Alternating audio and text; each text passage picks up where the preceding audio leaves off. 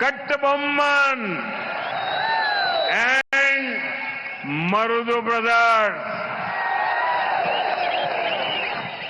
I also recollect the ideals of Emmanuel Sekernar, who fought for justice and dignity. தமிழ்நாட்டின் என் அன்பு சொந்தங்களே,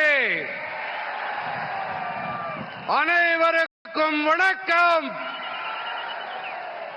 முதன்மையாக நான் என் அன்னை மீனாட்சிக்கும் ஐயன் சுந்தரேஸ்வரருக்கும் என் தலை தாழ்த்தி வணங்குகின்றேன். ஐயா, இது பாண்டிய நாடு, வீரம் விளைகின்ற பூமி. இந்த மகத்தான பூமியிலிருந்து பசும்பொன் முத்துராமலிங்க தேவரையா, மாவீரன் அழகுமுத்துக்கோன், வீரபாண்டிய கட்டபொம்மன், மருது சகோதரர்கள் ஆகியோரின் மலைப்பை ஏற்படுத்தும் பங்களிப்பை நான் உளமாற நினைவு கூறுகிறேன். நீதிக்கும் கண்ணியத்துக்கும் போரிட்ட இமானுவேல் சேகரனாரின் ஆதர்சங்களை நான் நினைவு கூறுகிறேன். Friends, before coming here, I went to Tirupurankundrum. Getting the darshan of Bhagavan Murugan was a divine experience. I prayed for the prosperity of Tamil Nadu and the entire nation. At the same time, my heart felt heavy. I remembered Thirupuranachandran, the young devotee who sacrificed his life. Today, I met his wife, Thirumati Indumati Puranachandran, and their two little children. I felt their sadness and offered my deepest condolences to them. I pray that Thirupuranachandran's Atma finds peace at the feet of Bhagavan Murugan. It is painful that the insensitivity of the DMK government led up to this. No matter what DMK does, the truth will win. Devotees of Bhagavan Murugan will win. நண்பர்களே, இங்கே வருவதற்கு முன்பாக நான் திருப்பரங்குன்றம் சென்றிருந்தேன். முதல் படை வீட்டுக்கு சொந்தக்காரன் முருகனை தரிசனம் செய்வது ஒரு தெய்வீகமான அனுபவமாக இருந்தது.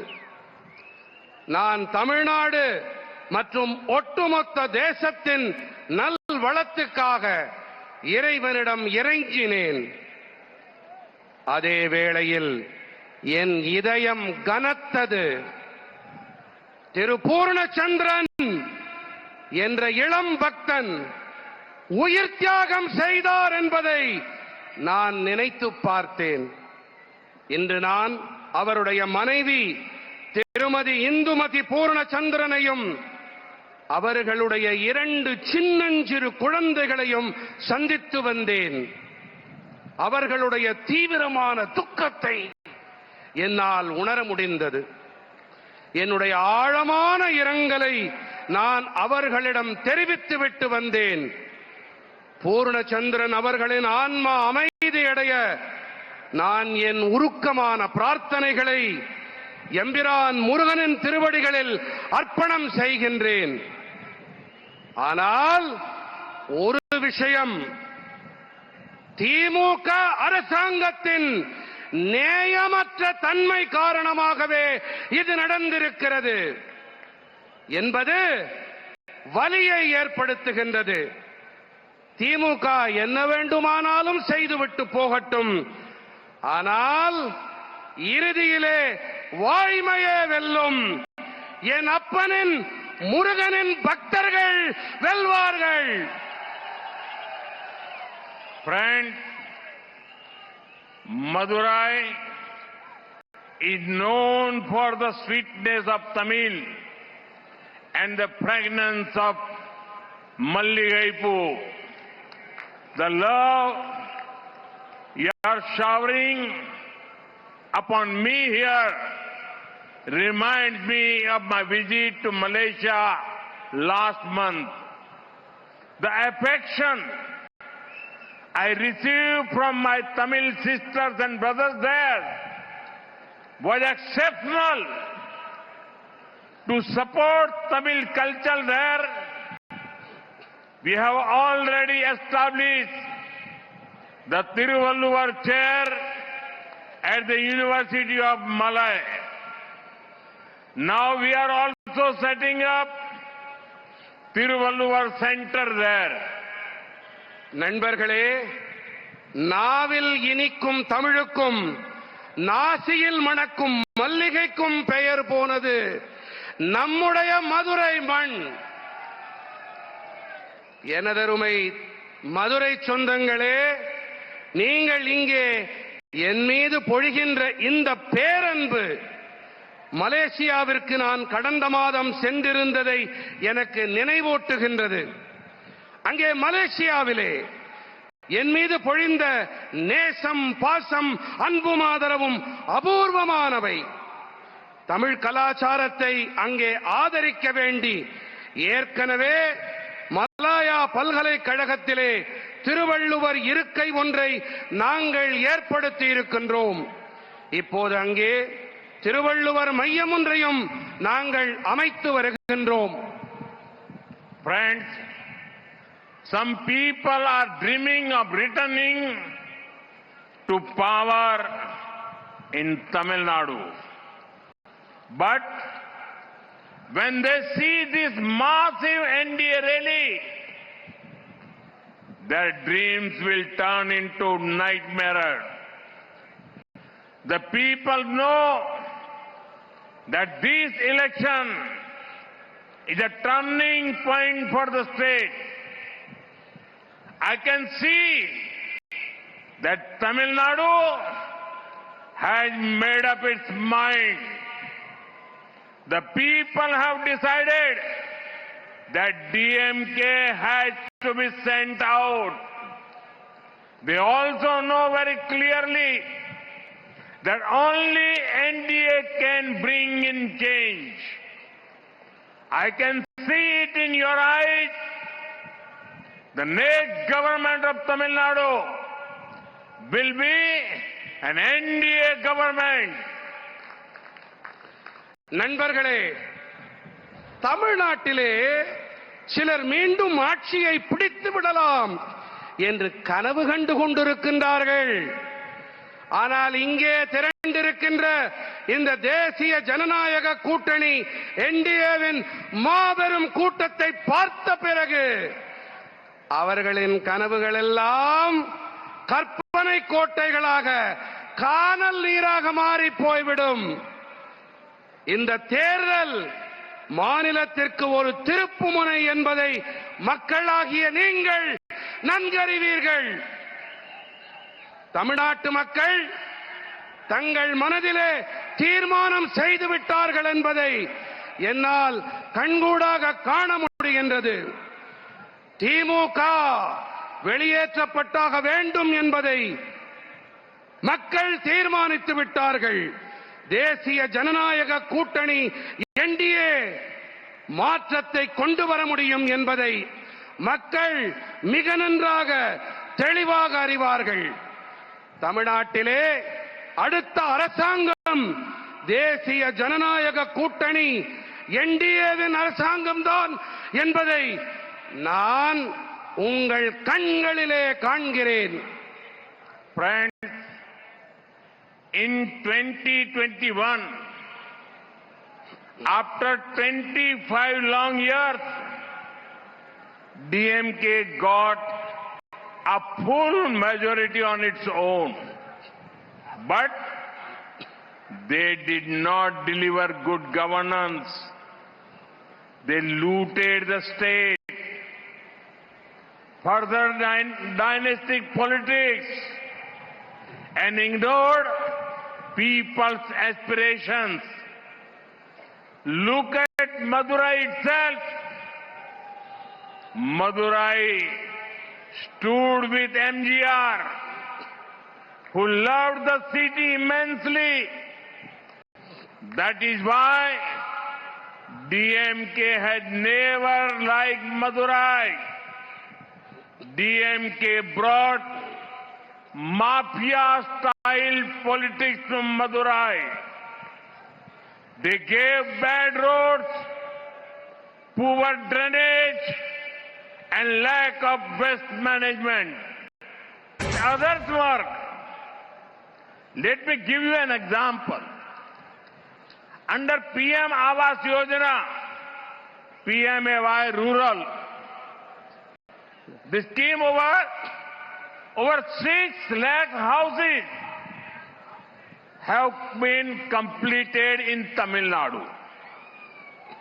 These families got a home of their own and live with dignity because of this scheme. At the same time, nearly 3 lakh houses remain pending because DMK government is not conducting surveys and is delaying process. Why should lakhs of poor families suffer for DMK's petty politics? திமுக தாங்களும் ஏழைகளுக்கு பணியாற்ற மாட்டார்கள், மற்றவர்களையும் பணியாற்ற விட மாட்டார்கள். நான் உங்களுக்கு ஒரு எடுத்துக்காட்டினை அளிக்க விரும்புகின்றேன். பிரதம மந்திரி ஊரக பகுதி வீட்டு வசதி திட்டத்தின்படி தமிழ்நாட்டிலே 6 லட்சத்திற்கும் மேற்பட்ட வீடுகள் கட்டி முடிக்கப்பட்டு விட்டன. மக்களே, எத்தனை லட்சம் வீடுகள்? 6 லட்சம் வீடுகள். எத்தனை லட்சம் சொல்லுங்க? எத்தனை லட்சம்? இன்னும் சத்தமா? 6 லட்சத்திற்கும் மேற்பட்ட வீடுகள் கட்டி முடிக்கப்பட்டு விட்டன.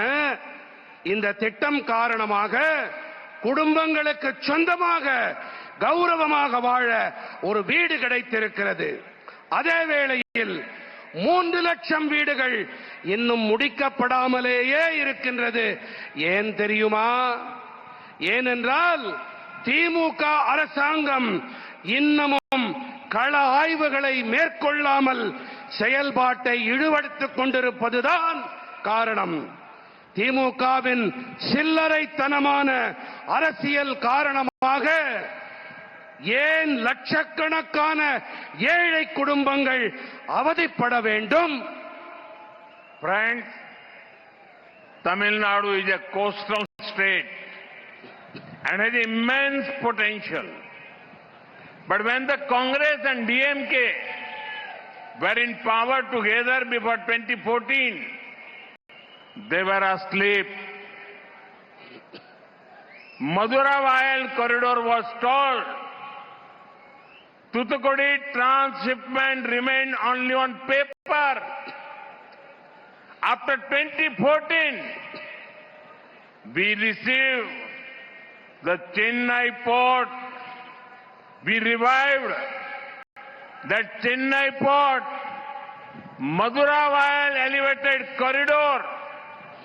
We created India's first mega port cluster by integrating Kamarajar and Chennai ports. Capacity at Kamarajar port nearly tripled. In the last 12 years, 74 projects worth almost 12,000 crore rupees were completed. These created thousands of jobs and new economic opportunities for Tamil Nadu. These people who speak about Tamil Nadu's rights did nothing when they were in power at the center. நண்பர்களே, தமிழ்நாடு ஒரு கரைப்பகுதி மாநிலம். இங்கே அளவில்லாத சாத்தியக்கூறுகள் இருக்கின்றன. ஆனால் காங்கிரசும் திமுகவும் 2014ஆம் ஆண்டுக்கு முன்னால் கூட்டாட்சி நடத்திய போது இவர்கள் ஆழ்ந்த உறக்கத்திலே இருந்தார்கள். மதுரவாயல் இடைவழி நிறுத்தி வைக்கப்பட்டிருந்தது. தூத்துக்குடி கப்பல் சரக்கு இடைவழி மாற்று திட்டம் திட்டமாக மட்டுமே இருந்தது. 2014ஆம் ஆண்டிற்கு பிறகு நாங்கள்தான் சென்னை துறைமுகம் மதுரவாயல் உயர்த்தப்பட்ட இடைவழியை புதுப்பித்தோம். மேலும் காமராஜர் மற்றும் சென்னை துறைமுகங்களை ஒருங்கிணைத்ததன் வாயிலாக இந்தியாவின் முதல் மெகா துறைமுக தொகுப்பை நாம் தாம் உருவாக்கினோம். காமராஜர் துறைமுகத்தின் திறன் கிட்டத்தட்ட 3 மடங்கானது. கடந்த 12 ஆண்டுகளிலே சுமார் 12,000 கோடி ரூபாய் பெறுமானமுள்ள 74 திட்டங்கள் நிறைவேற்றப்பட்டிருக்கின்றன. இதன் காரணமாக தமிழ்நாட்டிலே ஆயிரக்கணக்கான வேலை வாய்ப்புகளும் புதிய பொருளாதார சந்தர்ப்பங்களும் ஏற்படுத்தப்பட்டிருக்கின்றன. தமிழ்நாட்டின் உரிமைகள் பற்றி வாய் கிழிய பேசுகின்றார்களே, இவர்கள் மத்தியிலே ஆட்சியிலே இருந்தபோது ஒன்றுமே செய்யவில்லையே. Friends, the old Pamban bridge to Rameshwaram stood for over 100 years. After such a long time, it should have been replaced. But what did DMK and Congress do for 10 years between 2004 and 2014? Trains had to go at slow speed, but their government files moved even slower. It was our government that sanctioned a modern Pamban bridge. Last year, I had the privilege to inaugurate it. We showed speed in our work, and now trains can also move faster.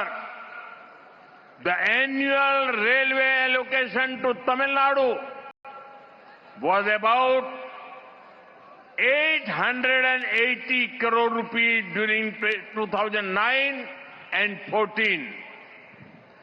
This was when Congress, DMK were in power at the center. Now, in 2026-27, it is more than 7,600 crore rupees, about 8 times more. When they could do something for the state, Congress, DMK did nothing. But today, they talk big. நண்பர்களே, ராமேஸ்வரம் செல்லும் பழைய பாம்பன் பாலம் 100 ஆண்டுகளுக்கும் மேலாக நிலையாக இருந்தது. ஆனால் இத்தனை நீண்ட காலத்திற்கு பிறகு அது மாற்றப்பட்டிருக்க வேண்டும். ஆனால் 2004 முதல் 2014 ஆண்டு வரை 10 ஆண்டுகளாக ஆட்சியிலே இருந்த திமுகவும் காங்கிரசும் என்ன செய்து கொண்டிருந்தார்கள்? ரயில்கள் பாலத்தை மெதுவாக கடக்க வேண்டியிருந்தது என்றால் அவர்களின் அரசாங்க கோப்புகள் அதைவிட மெதுவாக கடந்து கொண்டிருந்தன. நம்முடைய அரசாங்கம் தான் தற்போதைய நவீன பாம்பன் பாலத்திற்கு ஒப்புதல் அளித்தது. கடந்த ஆண்டு இதனை தொடக்கி வைக்கும் பேறு எனக்கு கிடைத்தது. நாங்கள் வேலையிலே வேகத்தை காட்டினோம். இதன் காரணமாக இப்போது ரயில்களால் வேகமாக பயணிக்க முடிகின்றது. 2009-14 ஆண்டிலே தமிழ்நாட்டிற்கு வருடாந்திர ரயில்வேயின் நிதி ஒதுக்கீடு சுமார் 880 கோடி ரூபாய். மத்தியிலே காங்கிரசும் திமுகவும் ஆட்சி செய்த போது இருந்த நிலைமை இதுதான். ஆனால் இப்போது 2026-27 இது 7600 கோடி ரூபாய், 8 மடங்கு அதிகம். நீங்க தான் சொல்லணும், எத்தனை மடங்கு அதிகம்? இன்னும் காதல உடலையா யாருக்கும்? 8 மடங்கு அதிகம். மாநிலத்திற்கு நல்லது ஏதாவது செய்ய முடிந்த காலத்திலே இந்த காங்கிரஸ் திமுக காரர்கள் ஒன்றுமே செய்யவில்லை. ஆனால் இன்றைக்கு வாய்கிழிய பேசுகிறார்கள், கூப்பாடு போடுகிறார்கள். Friends, today the women of Tamil Nadu are in deep trouble. Crime is increasing. Every other day we hear of some crimes against women. Further, women are seeing their families destroyed by drug mafia and alcohol. They remember how much better their lives used to be in Amma Jayalalitha's rule. But I assure every mother, sister and daughter of Tamil Nadu, as soon as the NDA government comes in, we will focus on law and order. Criminals and drug mafias will be behind bars. NDA will ensure your safety, dignity and empowerment. நண்பர்களே, இன்று தமிழ்நாட்டின் பெண்கள் பெரும் பிரச்சனையில் சிக்கி இருக்கின்றார்கள். குற்றங்கள் அதிகரிக்கின்றன. ஒவ்வொரு நாளும் பெண்களுக்கு எதிரான குற்றங்கள் தொடர்ந்து நடந்து கொண்டே இருக்கின்றன. மேலும் போதைப் பொருள் பெருங்குற்ற கும்பல், மாஃபியாக்கள் மற்றும் மதுபானத்தால் தங்களின் குடும்பங்கள் அழிக்கப்பட்டு வருவதை பெண்கள் கவனித்துக் கொண்டிருக்கின்றார்கள். அம்மா ஜெயலலிதா அவர்களின் ஆட்சியின் போது தங்களுடைய வாழ்க்கை எத்தனை சிறப்பானதாக இருந்தது என்பதை பெண்கள் இப்போது நினைத்து பார்க்கின்றார்கள்.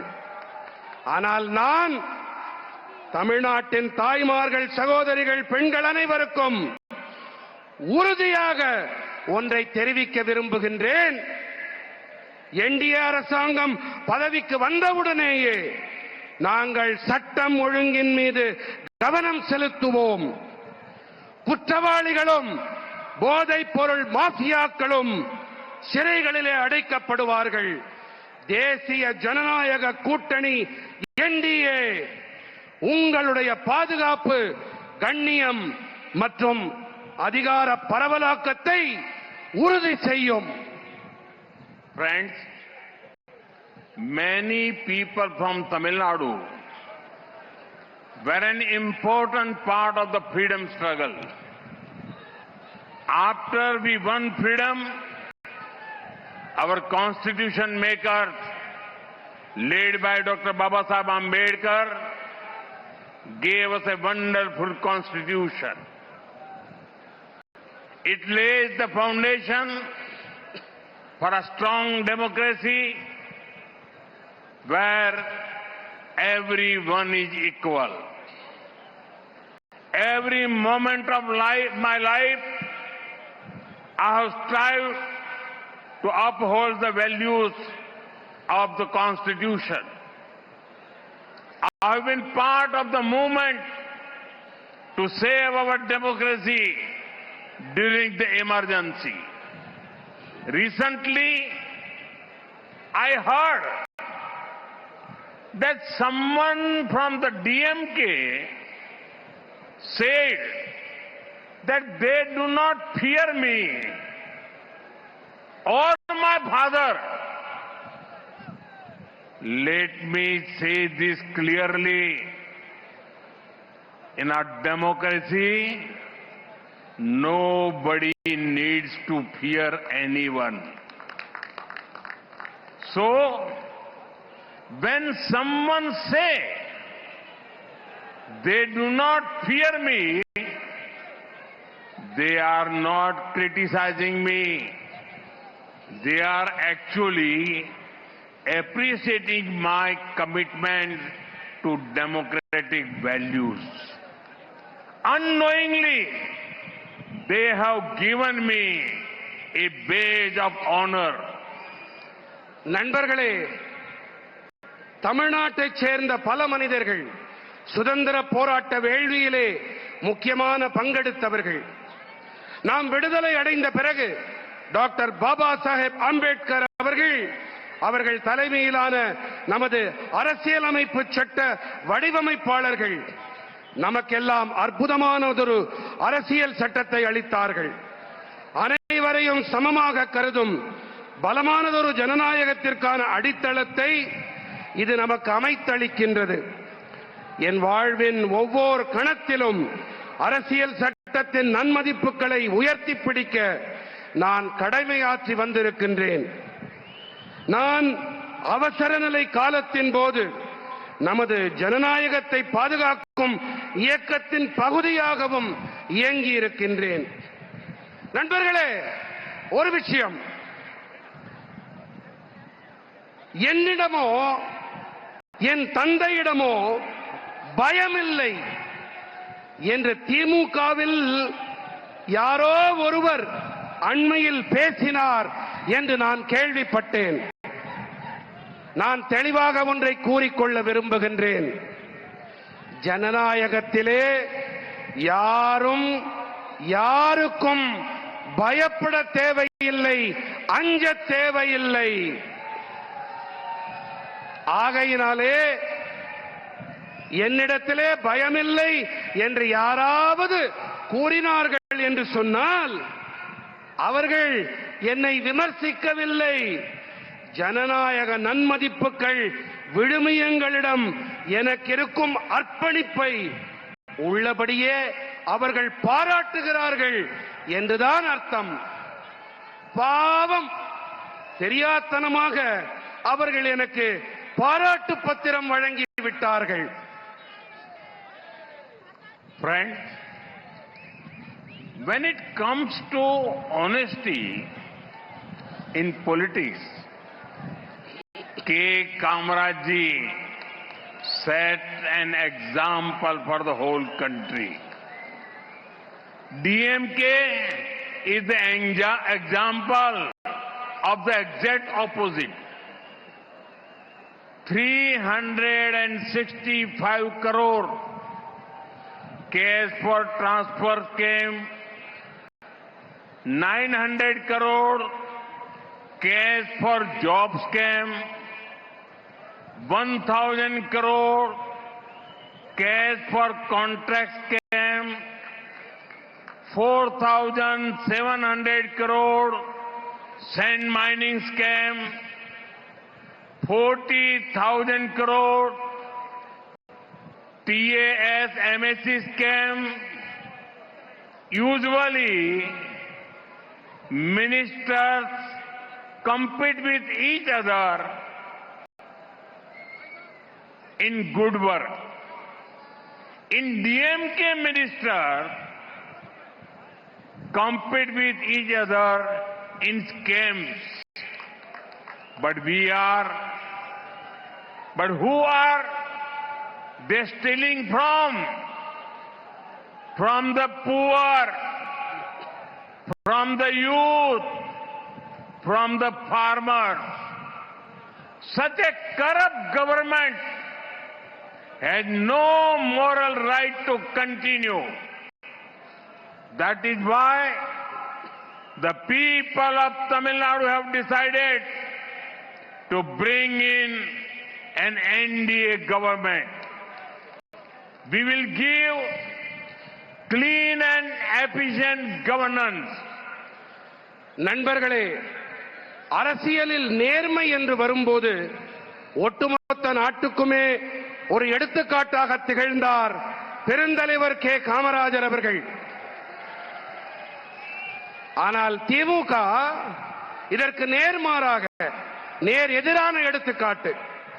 பணியிட மாற்றங்கள் விஷயத்தில் 365 கோடி ரூபாய் மோசடி, அரசு பணிகள் வாங்கி தரும் விஷயத்தில் 900 கோடி ரூபாய் மோசடி, ஒப்பந்தங்கள் பெறுவதில் 1000 கோடி ரூபாய் பணம் பெற்ற மோசடி, மணல் திருட்டு மோசடியில் 4700 கோடி ரூபாய், டாஸ்மாக் மோசடி மட்டுமே 40,000 கோடி ரூபாய்.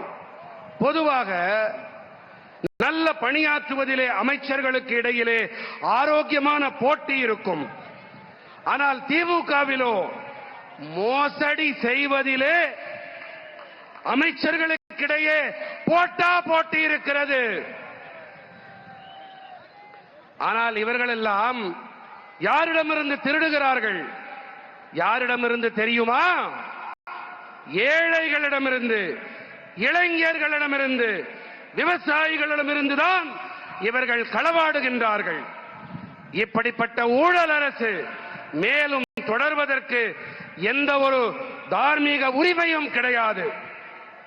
அதனால்தான் தமிழ்நாட்டு மக்கள் தேசிய ஜனநாயக கூட்டணி என்டிஏ அரசை கொண்டு வர வேண்டும் என்று தீர்மானம் செய்துவிட்டார்கள்.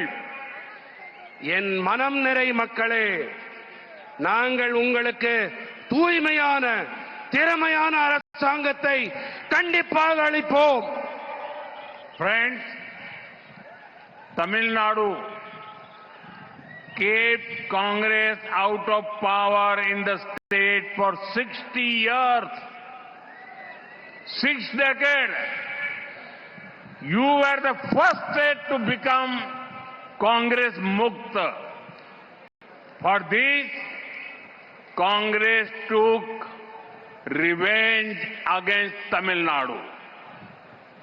It was Congress that gave away Kachitivu. Then DMK did not do anything. When Congress government was at the center and DMK was supporting them, their government issued a notification banning Jallikattu. Through an ordinance, it was we who ensured Jallikattu could continue. It was we who showed respect to Tamil culture by giving the Sengol a pride of place in the parliament. நண்பர்களே, தமிழ்நாடு காங்கிரஸை 60 ஆண்டுகளாக மாநிலத்தை விட்டு விலக்கி வைத்திருந்தது.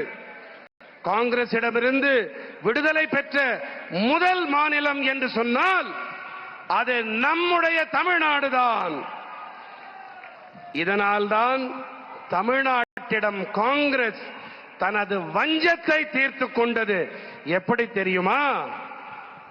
காங்கிரஸ் கச்சத்தீவை தாரை வார்த்து கொடுத்தது. அப்போது திமுக ஒன்றுமே செய்யாமல் வாய் மூடி மௌனமாக இருந்தது. காங்கிரஸ் அரசாங்கம் மத்தியிலே இருந்த வேளையிலே அவர்களுக்கு திமுக ஆதரவளித்த போது ஜல்லிக்கட்டினை தடை செய்து தங்களுடைய அரசாங்கம் அறிவிக்கை ஒன்றை வெளியிட்டது. ஆனால் ஜல்லிக்கட்டினை தொடரச் செய்ய நம்முடைய அரசாங்கம் தான் அவசர சட்டத்தை பிறப்பித்தது. நாடாளுமன்றத்திலே செங்கோலுக்கு பெருமிதமானதொரு இடத்தை அளித்து நாம் தாம் தமிழ் கலாச்சாரத்துக்கு மரியாதை அளித்தோம். Friends, recently India has concluded a historic trade agreement with the European Union.